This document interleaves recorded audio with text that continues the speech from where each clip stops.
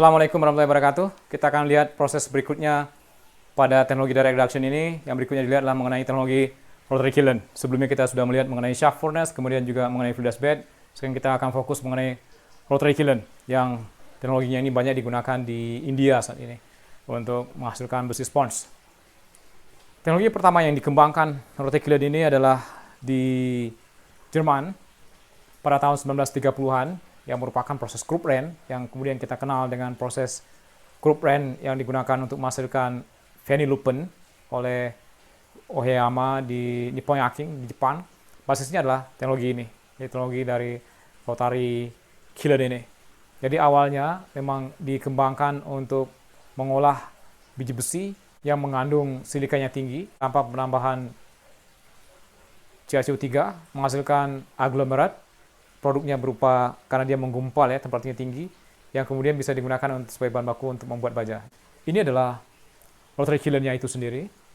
Ini konsep awalnya. Anda lihat ABC itu adalah lam ore, antrasit sebagai reduktornya, dan juga dolomit sebagai fluxnya. Kemudian ada char yang di bagian bawah ini keluar char, itu adalah batu bara yang tidak terbakar dengan baik atau tidak digunakan baik di proses. Itu atau batu bara sisa itu dimasukkan ke situ juga sebagai reduktor. Kemudian yang E ini adalah sebagai burnernya. Dan dia di sini tidak ada burner sebenarnya. Yang ada adalah dua pipa. Pipa yang pertama untuk menghembuskan udara. Pipa yang lain untuk menyemprotkan atau menginjeksikan batu bara ke dalam proses di sini, sehingga proses atau di bagian ujung terjadi lingkungan yang sangat reduktif, yang dengan demikian bisa mengubah besi yang tadinya besi oksida menjadi besi sponge dengan metalisasi yang tinggi. Produk yang keluar kemudian didinginkan. Dikatakan di sini langsung disemprotkan air ke dalamnya, didinginkannya. Dan ini juga sama seperti yang Krupp-Rehn ya, langsung dimasukkan ke dalam air, di quenching.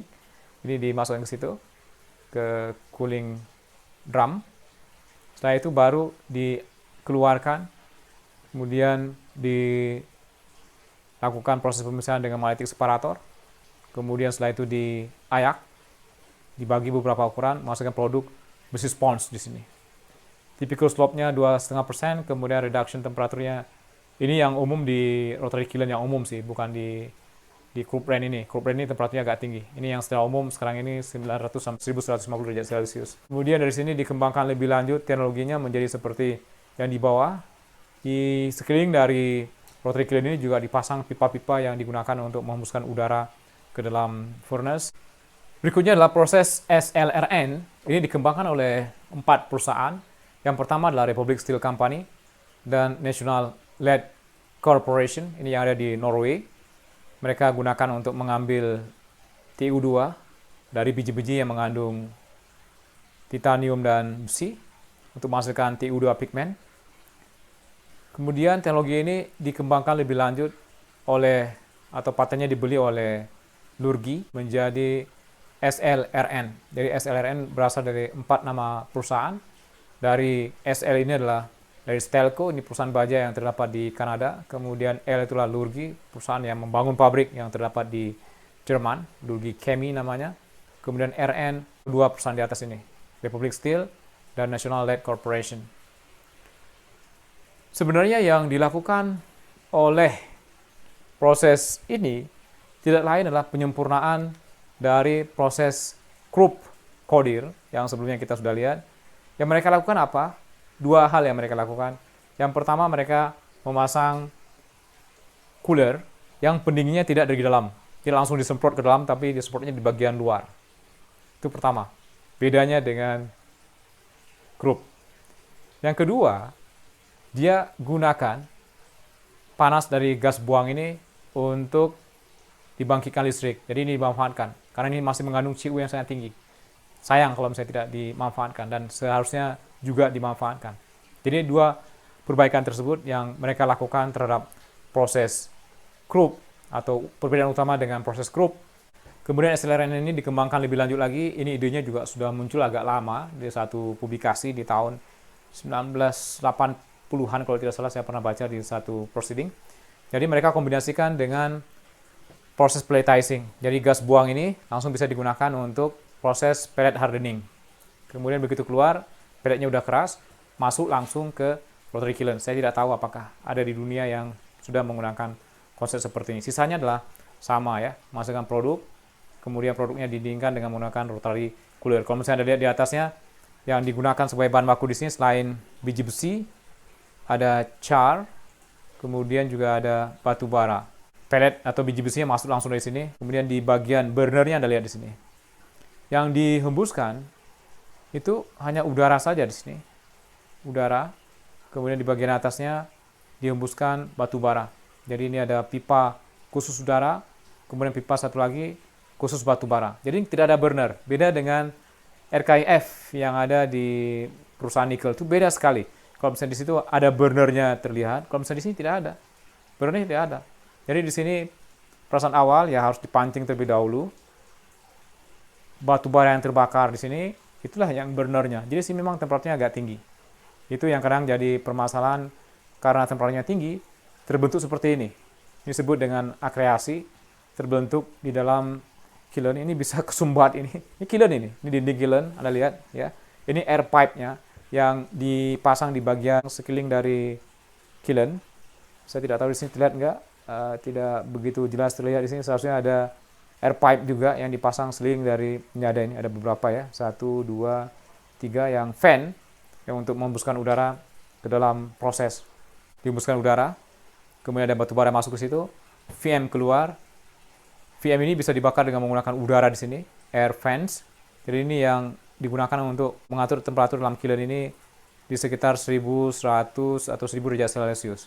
Kalau misalnya temperatur lebih, itu akan terbentuk ini. Biasanya setiap beberapa bulan sekali ini harus dibersihkan. Ini permasalahan utama orang menggunakan teknologi dari rotary kiln ini, terbentuk akreasi ini.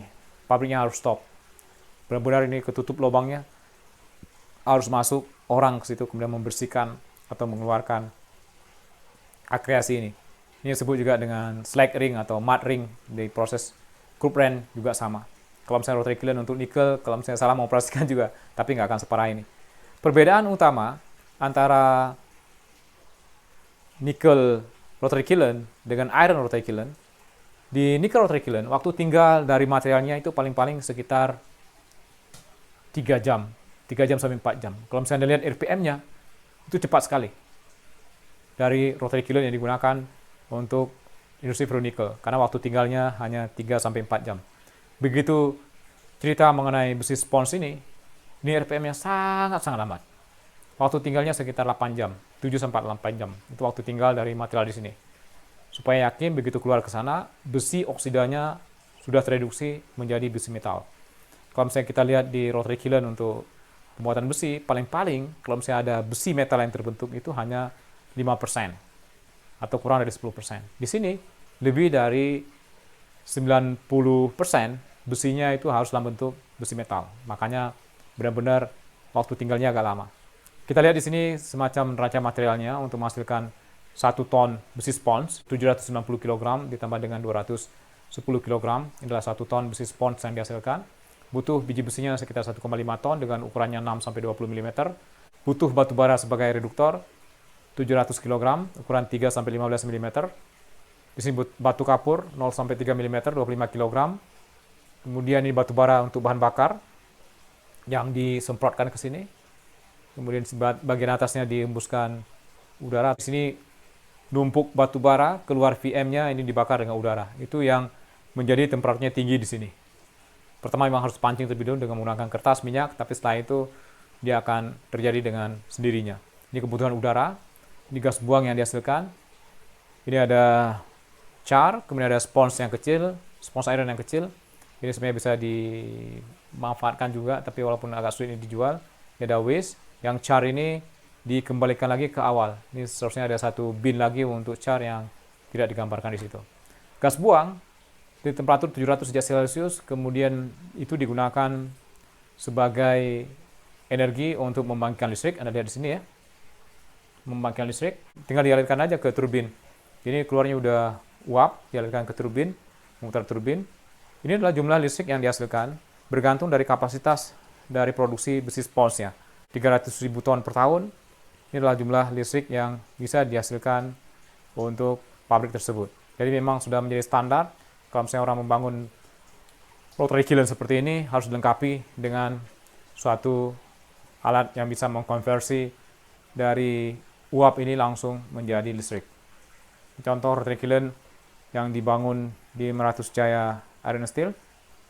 Ya, ini juga dapatnya dari homepage-nya mereka, sudah agak lama ini di searching. Saya tidak tahu sekarang ini apakah masih ada atau tidak.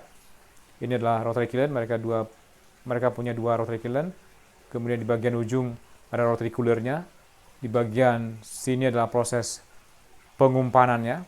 Ini adalah untuk after burner chamber, untuk membakar atau menghasilkan gas panas, dan juga dialirkan ke boiler, waste boiler, yang kemudian digunakan untuk memainkan listrik. Di bagian tengah ini ada control room. Perbedaan dengan rotary kiln yang digunakan di New Zealand Steel jelas ya. Jadi rotary kiln ini tidak sama. Kenapa tidak sama? Anda lihat di sini ada rotary cooler dan itu akan didinginkan produknya, dan produknya harus jadi di sini dengan metalisasi yang tinggi. Itu yang rotary kiln yang digunakan untuk menghasilkan besi spons. Rotary kiln yang digunakan untuk mengolah pasir besi seperti ada di New Zealand ini, di sini Anda lihat tidak ada rotary cooler. Ini dalam keadaan panas langsung dimasukkan ke dalam furnace, jadi memanfaatkan energi yang ada di sini. Itu perbedaannya. Yang kedua, metalisasi di sini juga tidak begitu tinggi, masih di bawah 70% atau di bawah 80%, karena sisanya reduksinya itu bisa dilakukan di dalam furnace di sini. Ini adalah smelting furnace-nya, menghasilkan produknya adalah pig iron. Jadi ini beda. Rotary kiln ini sekali lagi beda dengan rotary kiln ini. Ini termasuk dalam direct reduction technology. Ini tidak disebut-sebut sebagai direct reduction technology. Ini mungkin ada teknologi sendiri yang disebut dengan RKIF ya, yang mirip dengan RKIF yang digunakan untuk ferronickel. Anda lihat di sini sama. Rotary kiln di ferronickel keluarnya juga temperaturnya tinggi. Itu yang dimasukkan ke dalam bin dari EAF. Jadi konsep ini mirip dengan konsep yang digunakan di sini, tapi beda dengan konsep yang digunakan ini. Itu beda konsepnya. Ini produknya keluarnya besi spons, temperaturnya rendah, kemudian dipanaskan atau dilebur lebih lanjut di EAF. Memang jadi pertanyaan sih, mengapa di sini didinginkan ya? Harusnya mirip dengan proses hot link yang ada di mid drag atau high temp yang ada di HYL, sehingga kita bisa memanfaatkan energi yang dari sini untuk langsung dilebur di EAF. Macam-macam pertimbangan, saya tidak tahu persis apakah di situ ada char, ada macam-macam yang harus dipisahkan terlebih dahulu ya, sehingga tidak membebani EAF. Memang harus dipelajari lebih lanjut kalau misalnya ingin mendapatkan teknologi ramah lingkungan. Tapi sekali lagi bisa saja karena ini menggunakan batu bara sebagai reduktor, menghasilkan emisi CO2 yang agak tinggi, suatu saat teknologi ini akan hilang. Yang akan ada terus bisa saja teknologi shaft furnace yang menggunakan reduktornya adalah gas hidrogen, baik mid drag maupun HYL. Bisa saja yang berikutnya adalah Circover atau Finmet, itu akan berkembang dengan menggunakan reduktornya adalah hidrogen. Ini bisa saja suatu saat saya yakin akan hilang kalau misalnya semua orang concern mengenai polusi di udara karena adanya CO2 yang bisa menyebabkan pemanasan global.